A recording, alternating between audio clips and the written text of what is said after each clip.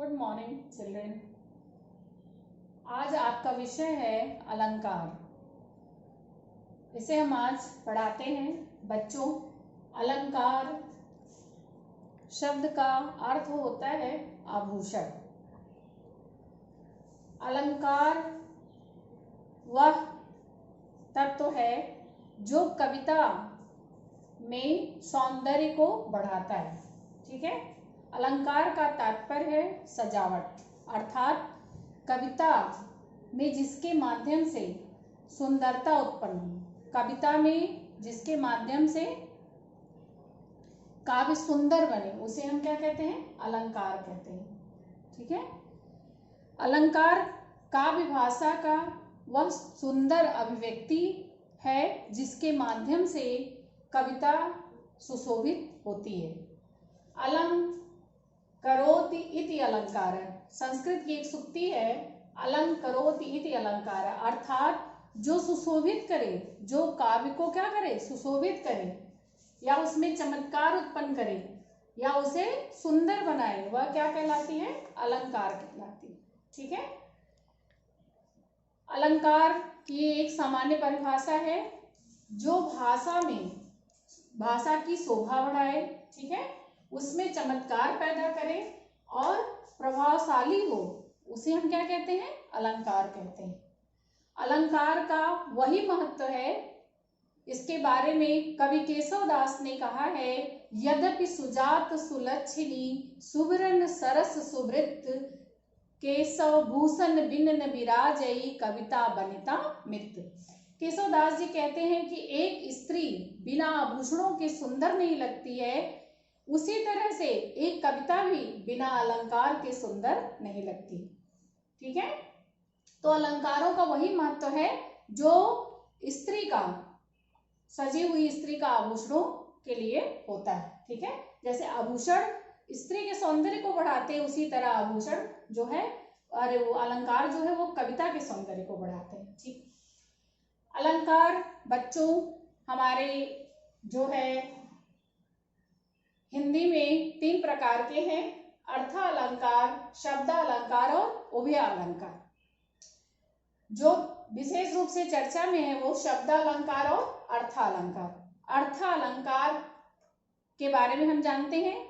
अर्थ अलंकार उसे कहते हैं, अर्थ अलंकार उस अलंकार को कहते हैं जहां पर शब्दों के माध्यम से सौंदर्य उत्पन्न, जहां कविता में शब्दों के माध्यम से सौंदर्य उत्पन्न हो, वहां पर शब्द अलंकार होता है। ठीक है। जैसे चारु चंद्र की चंचल किरणें, अब यहाँ च वर्ण है। ठीक है। च क्या है? वर्ण है, अक्षर है। च अक्षर से इस पंक्ति की शोभा बढ़ गई, इसलिए यहाँ पर शब्द अलंकार। ठीक है।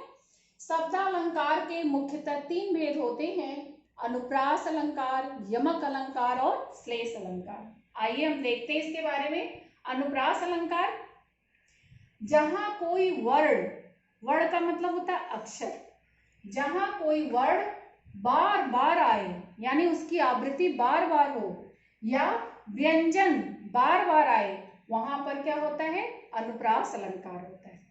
जैसे आप कोई भी कविता पढ़ेंगे और पढ़ करके आप खुद से बता देंगे कि यहाँ पर कौन से अलंकार का प्रयोग हुआ है। जैसे मैं कुछ उदाहरण यहाँ प्रस्तुत करती हूँ। चारु चंद्र की चंचल किरणें खेल रही हैं जल थल में। यहाँ देखिए, चारु चंद्र चंचल, यहाँ च वर्ण की आवृत्ति हुई है, च वर्ण बार बार आया है, इसलिए यहाँ पर क्या है? अनुप्रास अलंकार। दूसरा उदाहरण देखिए, तरन तनुजा तट तमाल तरुवर बौछाए, यहाँ त वर्ण बार बार आया है, इसलिए यहाँ पर अनुप्रास अलंकार।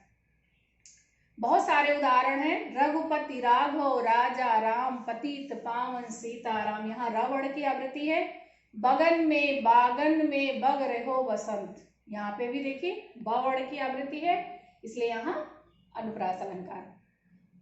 बच्चों बहुत सारे ऐसे उदाहरण हैं जिसे हम आप अपने जीवन में प्रयोग करते हैं। जैसे एक छोटी सी कविता आप सबने पढ़ी होगी, चंदू की चाची ने चंदू के चाचा को चांदी के चम्मच से चटनी चटाई। तो ये भी एक आपका उदाहरण है, च वर्ण की आवृत्ति है, इसलिए यहाँ पर भी अनुप्रास अलंकार। ठीक है। अब दूसरा हम देखते हैं यमक अलंकार, जहां एक ही वर्ण की आवृत्ति हो, ठीक है, एक वर्ण की आवृत्ति हो यानी बार बार है, किंतु अर्थ भिन्न भिन्न हो, उसके अर्थों में क्या हो, भिन्नता हो, अलग अलग अर्थ हो। अभी आपने पढ़ा वर्णों की आवृत्ति हो लेकिन अर्थ समान हो तो वहां पर अनुप्रास है, लेकिन वर्णों की आवृत्ति होते हुए अर्थ।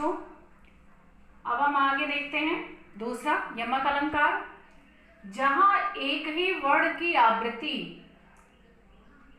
हो किंतु अर्थ भिन्न भिन्न हो। एक वर्ण, एक अक्षर एक से अधिक बार आए लेकिन क्या हो, उसका अर्थ अलग अलग हो, ठीक है, वहां पर क्या होता है यमक अलंकार। जैसे कनक कनक, अब 2 बार कनक आए, कनक कनक, ते 100 गुनी माँ दत्ता अधिका है। यहाँ कनक कनक 2 बार आया है, लेकिन एक कनक शब्द का अर्थ है सोना और दूसरे कनक शब्द का अर्थ है धतूरा।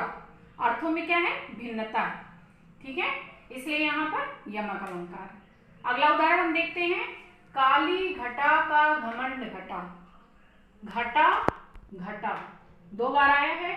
पहले घटा शब्द का अर्थ है बादल और दूसरे घटा शब्द का अर्थ है कम होना, घटना, ठीक है। तो काली घटा का घमंड घटा, यहाँ भी वर्णों में क्या है, भिन्नता है, वर्ण एक समान है लेकिन अलग अलग है, अर्थ उसके क्या है, अलग है। अगला देखिए, 3 बेर खाती थी वे 3 बेर खाती है।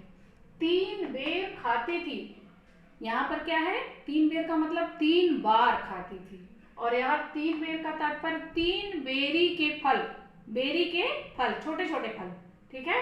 पहले वो 3 बार खाती थी लेकिन अब क्या है, वो 3 बेरी के फल ही खाती है, ठीक है। यहाँ पर भी क्या है, वर्ण तो समान है लेकिन अर्थ क्या है, भिन्न भिन्न है।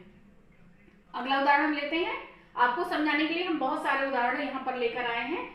खग कुल कुल सा बोल रहा। खग कुल कुल, खग कुल का अर्थ है पक्षियों का समूह, बहुत सारे पक्षी। कुल सा, कुल कुल क्या है, आवाज। एक कुल का अर्थ है समूह और दूसरे कुल का अर्थ है आवाज, ठीक है।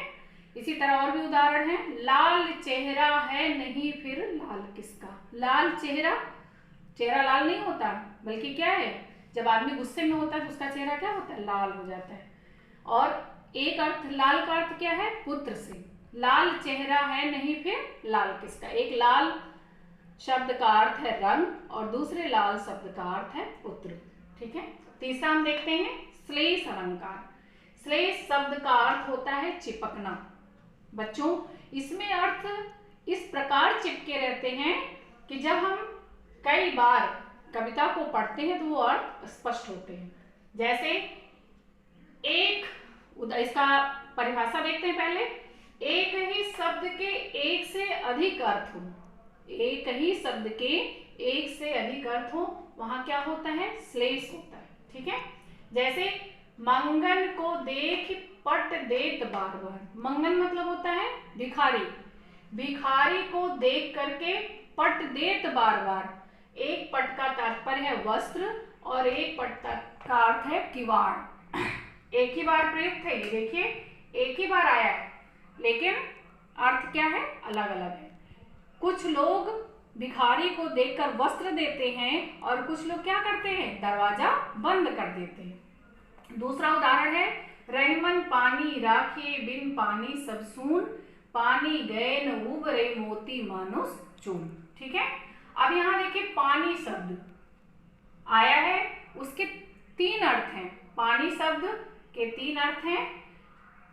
पानी जो होती है मोती, मोती के लिए पानी का अर्थ है चमक, ठीक है। और मनुष्य के लिए पानी, लोग कहते हैं अपने पानी को खोने नहीं देना चाहिए, इज्जत, ठीक है। और चून, चून मतलब चूना, चूना, अगर चूने में पानी नहीं डालेंगे तो चूना क्या हो जाएगा, बेकार हो जाएगा, उसका कोई मतलब ही नहीं, अस्तित्व ही नहीं रहेगा। तो चूने के लिए पानी का अर्थ है पानी, मोती के लिए पानी का अर्थ है चमक और मनुष्य के लिए पानी शब्द का अर्थ है इज्जत। तो शब्द तो एक ही आया लेकिन यहाँ पर हर बार इसका जो अर्थ है क्या हुआ, अलग अलग हो गया। अगला बहुत ही प्रसिद्ध उदाहरण देखते हैं। चरण धरत चिंता करत चितवत चारों ओर, सुवरन को खोजत फिरत कवि व्यभिचारी चोर। सुवरन एक शब्द है, सुवरन, इसके 3 अर्थ है, कवि, व्यभिचारी और चोर। सुवरन शब्द का अर्थ कवि के लिए सुंदर अक्षर है, व्यभिचारी के लिए सुंदर स्त्री है और चोर के लिए स्वर्ण, सोना, गोल्ड। ठीक है, तो शब्द तो एक ही है लेकिन इसका अर्थ क्या है, एक दूसरे से भिन्न है, चिपका हुआ है, इसलिए यहाँ पर क्या है, श्लेष अलंकार। ये शब्दालंकार के भेद थे। बच्चों अब हम अर्थालंकार देखते हैं। जहाँ पर कविता में अर्थों के द्वारा सौंदर्य उत्पन्न होता है वहाँ अर्थालंकार होता है। ठीक है, अर्थालंकार के बहुत भेद हैं, लेकिन जो आपके सिलेबस में है बस हम वही इम्पोर्टेंट भेदों प्रभेदों का वर्णन करेंगे। उपमा अलंकार, रूपक अलंकार, उत्प्रेक्षा अलंकार और मानविक अलंकार। ठीक है, और एक और है अतिशयोक्ति अलंकार।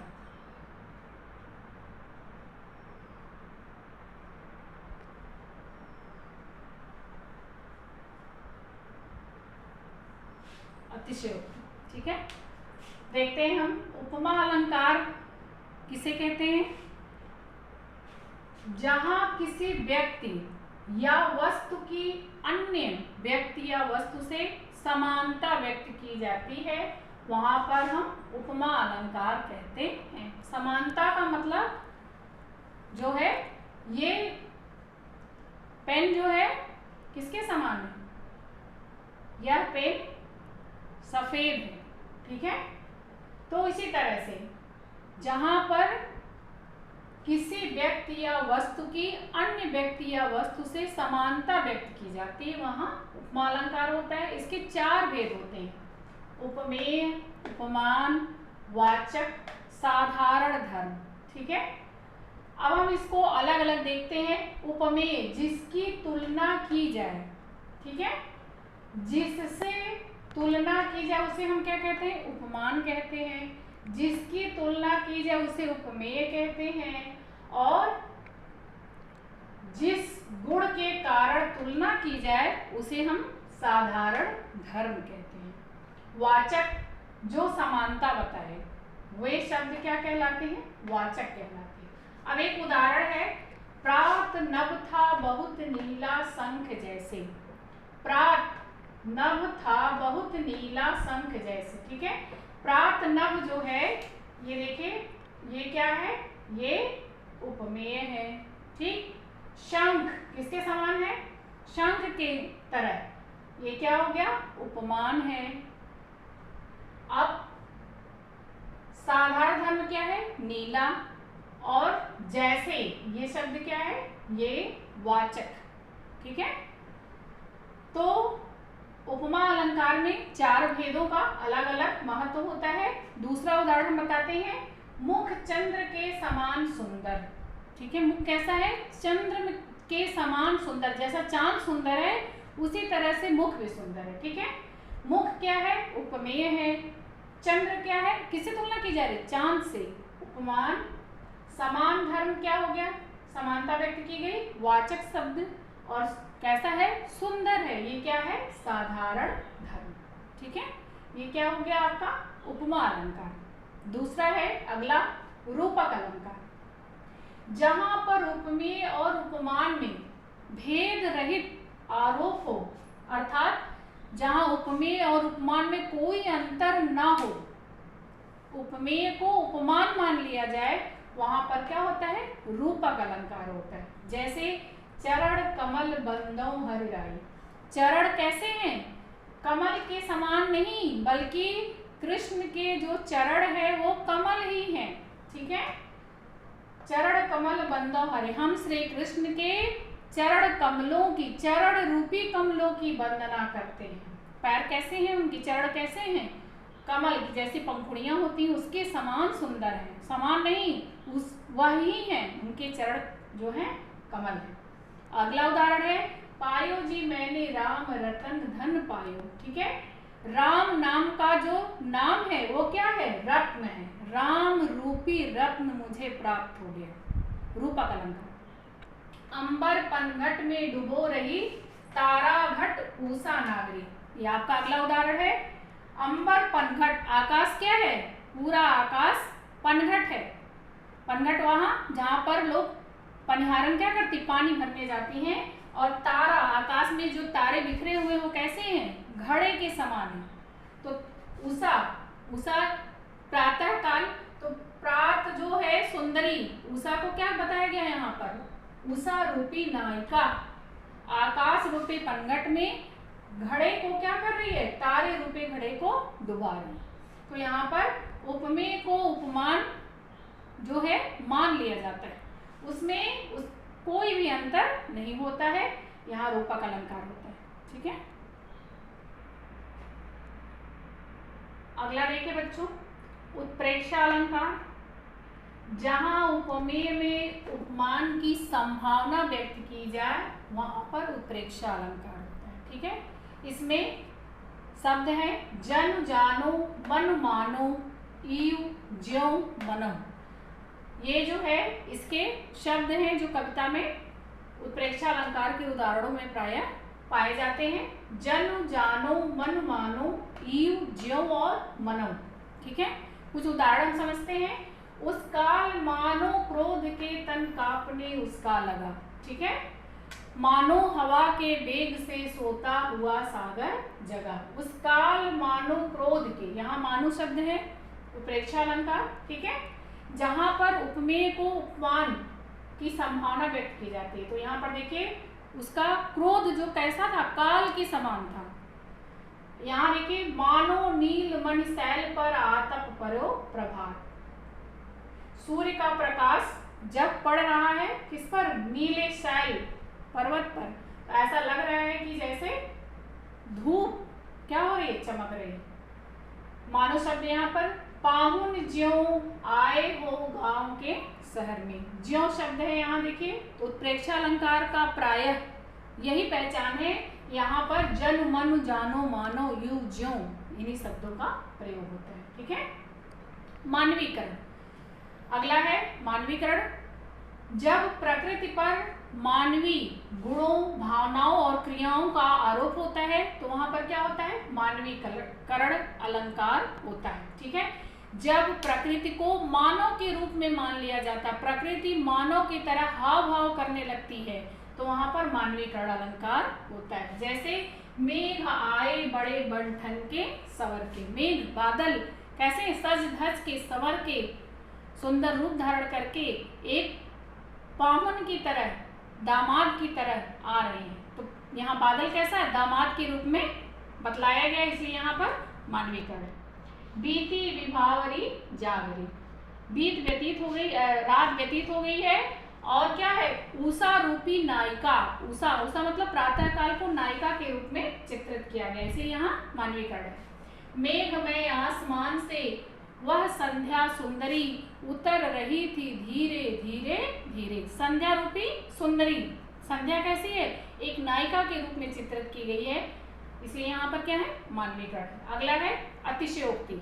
अतिशयोक्ति अलंकार वहां होता है जहां पर कविता में किसी चीज को बहुत बढ़ा चढ़ा कर वर्णन किया जाता है। ठीक है, वहां पर अतिशयोक्ति अलंकार होता है। जैसे हनुमान की पूंछ में लगे न पाई आग, सगरी लंका जल गई गए निशाचर भाग। हनुमान जी की पूंछ में आग लगते ही रावण के पूरे सोने की लंका जल गई। ये क्या है? अतिशयोक्ति है, आश्चर्य उत्पन्न करता है। ठीक है, दूसरा उदाहरण है, देख लो साकेत नगरी है वही, अंबर से धरा को मिलने आ रही। साकेत नगरी का वर्णन है जो कैसी है? इतनी सुंदर है कि आकाश के लोग जो है उसे देखने के लिए धरती पर स्वयं आ रहे हैं। तो ये सब क्या है? अतिशयोक्ति वर्णन। रणबीर चौकरी भर भर कर चेतक बन गया निराला था, राणा प्रताप के घोड़े से पड़ गया हवा का पाला था। ठीक है, इसमें भी क्या है? अतिशयोक्ति अलंकार। चिल्ड्रन, अब हम देखते हैं कि हमने क्या सीखा। अभी तक जो हम अलंकार पढ़े इसमें हमने क्या सीखा। ठीक है, हमने क्या सीखा? अलंकार अलंकार के दो भेद हैं, शब्दालंकार और अर्थालंकार। शब्दालंकार में अनुप्रास, यमक, श्लेष। अर्थालंकार में उपमा, रूपक, उत्प्रेक्षा, मानवीकरण और अतिशयोक्ति। वैसे तो अर्थालंकार के बहुत सारे भेद हैं, लेकिन जो आपके कोर्स में है मैं उतना ही पढ़ा रही हूँ, ठीक है। अनुप्रास अलंकार में वर्णों की आवृत्ति, एक वर्ण बार बार आते हैं। यमक अलंकार में दो वर्णों का जोड़ा होता है, लेकिन अर्थ क्या होते हैं, अलग अलग होते हैं। श्लेष अलंकार में एक शब्द एक से अधिक बार आते हैं। और उपमा अलंकार जो होता है, इसमें क्या की जाती है, तुलना की जाती है, उपमेय और उपमान की तुलना की जाती है।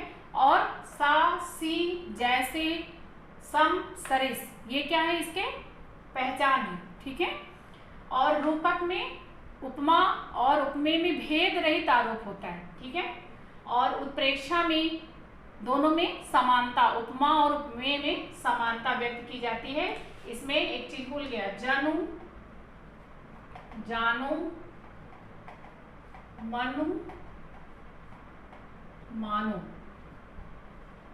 ये शब्द होते हैं, ठीक है। और मानवीकरण में प्रकृति का मानवीय चित्रण किया जाता है। अतिशयोक्ति अलंकार में क्या होता है, आश्चर्य या फिर विस्मय जैसे शब्दों का प्रयोग होता है। धन्यवाद।